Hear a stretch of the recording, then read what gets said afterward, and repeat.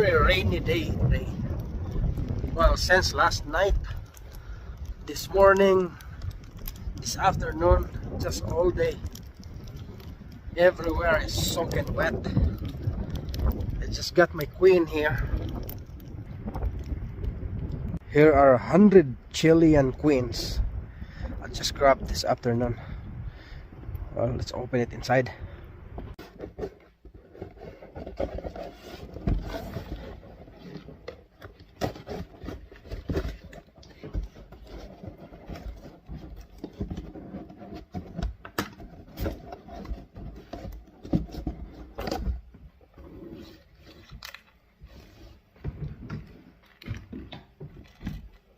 Oh, you can smell the pheromone. What I am doing here, I am cleaning this tube here where the sugar candy is. Swipe it down like that, and I seal it with a masking tape.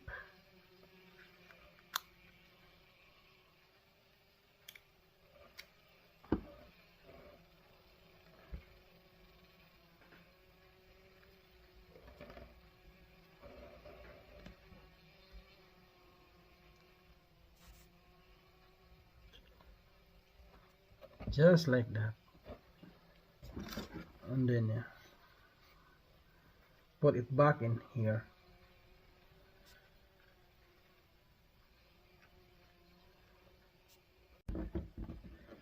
The reason I am doing this, because when you introduce a queen into a split, you don't really want to release the queen right away, because there is time element there. It will take at least 3 days for her to be accepted, or maybe just started to be accepted, but at least 3 days. And without doing this, the bees, the nurse bees outside, they will start consuming the candy from outside in, and that will make the queen released really soon, maybe less than 24 hours even. Then more likely she is going to get killed because she wasn't there long enough yet to be accepted. But doing this, it will delay the candy consumption inside the tube, and then I'll give them enough time to release the queen, and hopefully it'll get accepted. Also, if ever you would like to try this way, putting closing the tube here, make sure you just use masking tape. Don't use any other kind of tape like plastic tape, otherwise they won't be able to chew them, and you'll get stuck inside unless you come back in the next 3 days or 4 days and manually release them. But this way I don't need to come back in 4 days and manual release them. I might need to take a peek just to see if I can see the hole here or not. If I don't see the hole here, and then maybe they just, let's say in 4 days or 5 days, I can open it, manual release, or just poke it with nail and then let them do the rest. But if it's already 5 days anyway, so or 4 days, should be able to release it. Just don't open it too long, don't disturb it too much.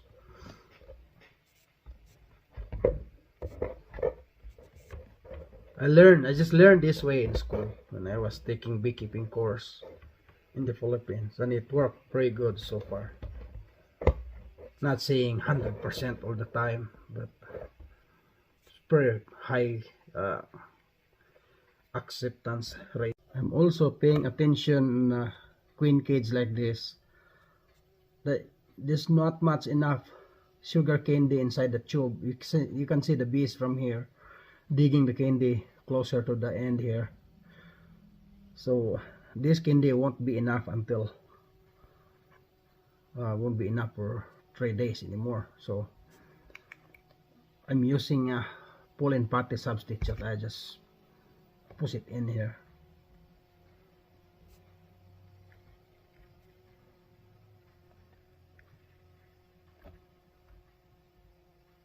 Just feel it. Don't need to be all the way. That should be enough now. Just up to here. Better than what it was. Double.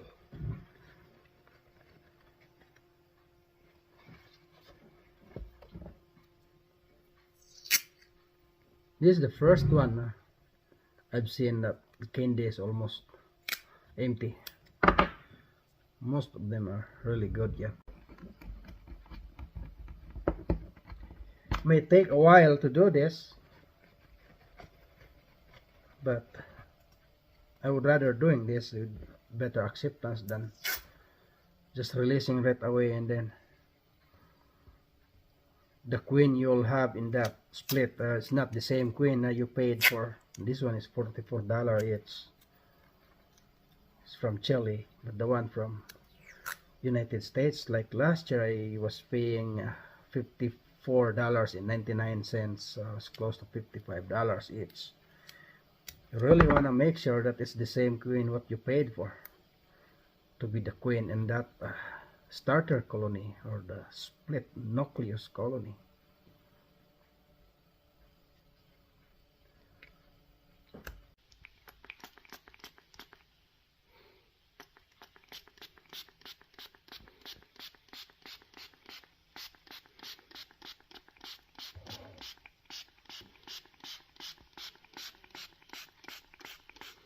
I'm just giving them some water.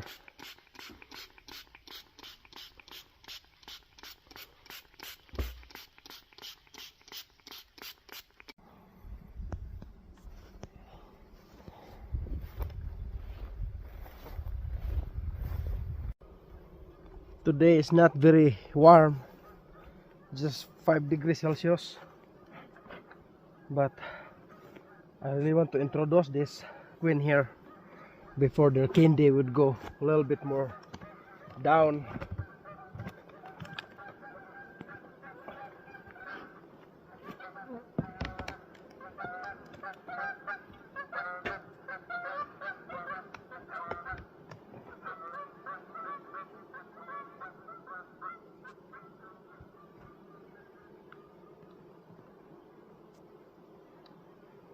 Most of my splits are emerging brood.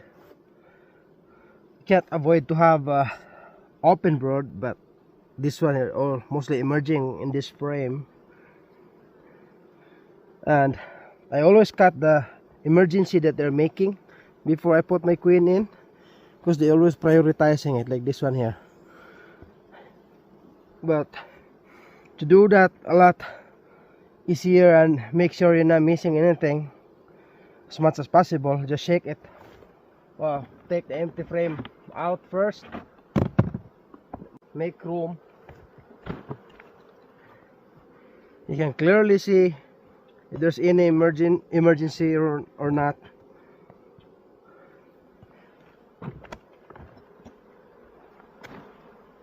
Here,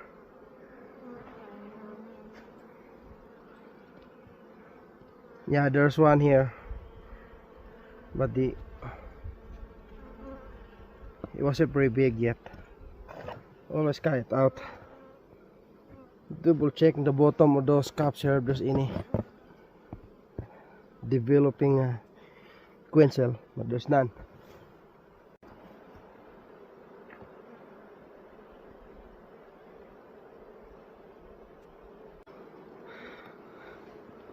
Well, normally we put this candy upside down.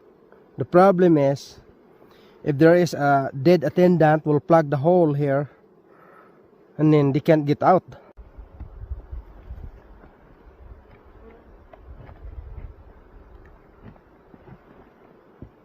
I'm always evaluating the feed. This is a lot of feed here. I'm not too worried about this guys here.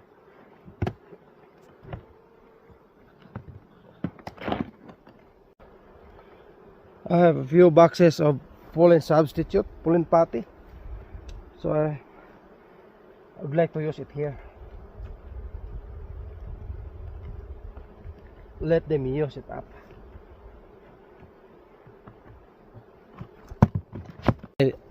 I left the others inside my truck. I don't want them to expose outside for too long, just in case.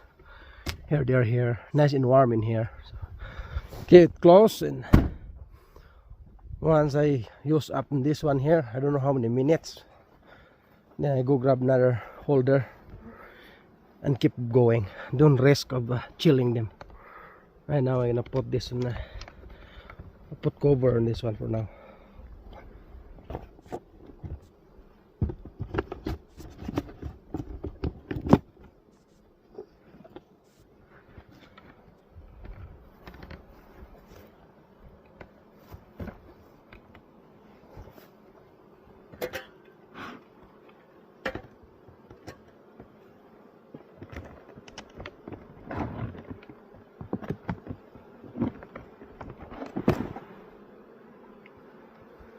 There's quite a few here, just started.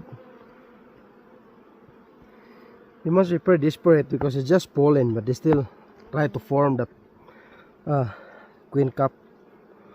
Here, there's one here.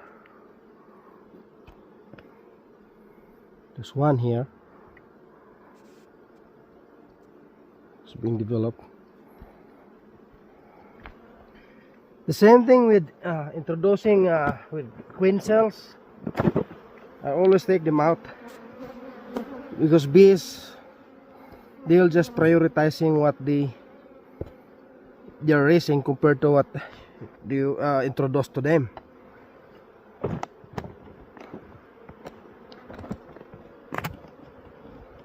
Virgin queen is not bad. Like, you can introduce even without putting in the cage, as long as just newly hatched virgin queen.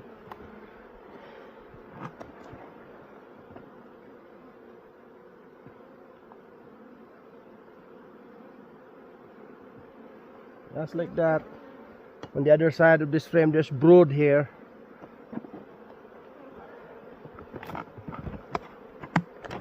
Evaluate the feed. There's a lot of feed here.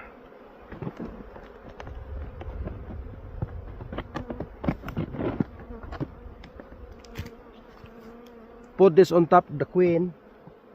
Kind of let the heat hold a little bit.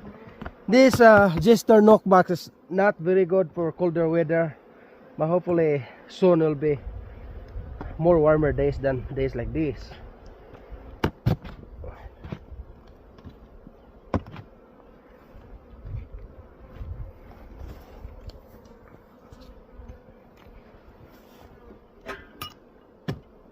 I still have 50 of those Golden West Queen coming at the end of the month, and by next year I should have pretty good blend of bloodlines here, and I shouldn't buy any queen next year. It depends if I lose many bees, maybe I need to, but I hope not. I just like to bring more bloodline, and my goal is to raise my own. Well, I'm still gonna raise my own for this year, and then next year I can start to use the Saskatraz breeder. In the following year I should be able to start using it's either from here or maybe both from Golden West as well. So,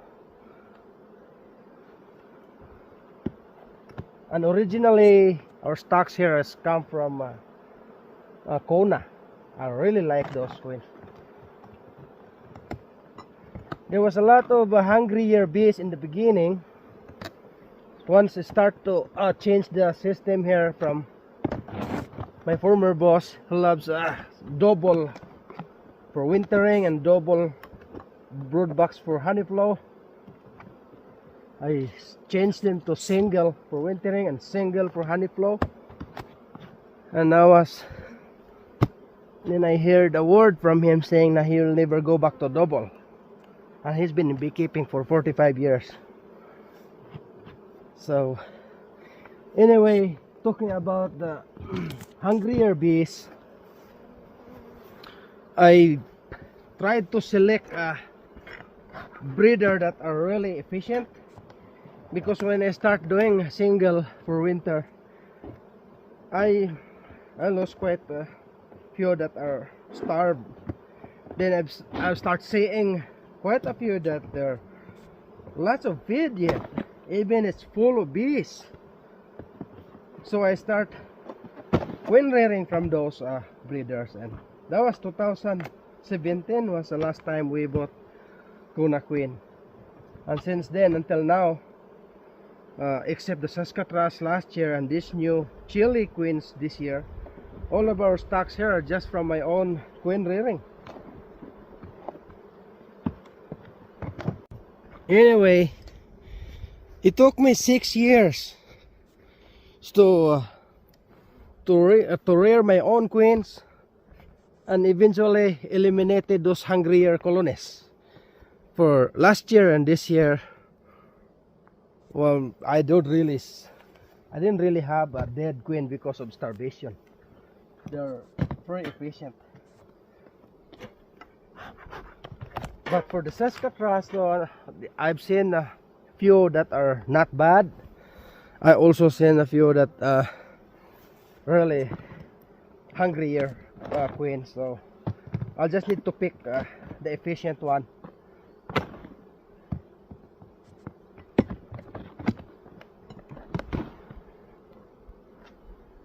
None. Yeah, here it is. One here.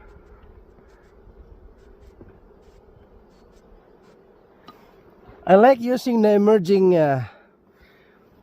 brood for splits, because once this cap brood hatch or emerge, it'll just double the population right away, and the queen I'm introducing here are mated queens.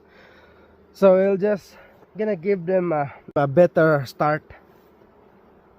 Although the open one is also not bad, as long as you get enough bees at covering them.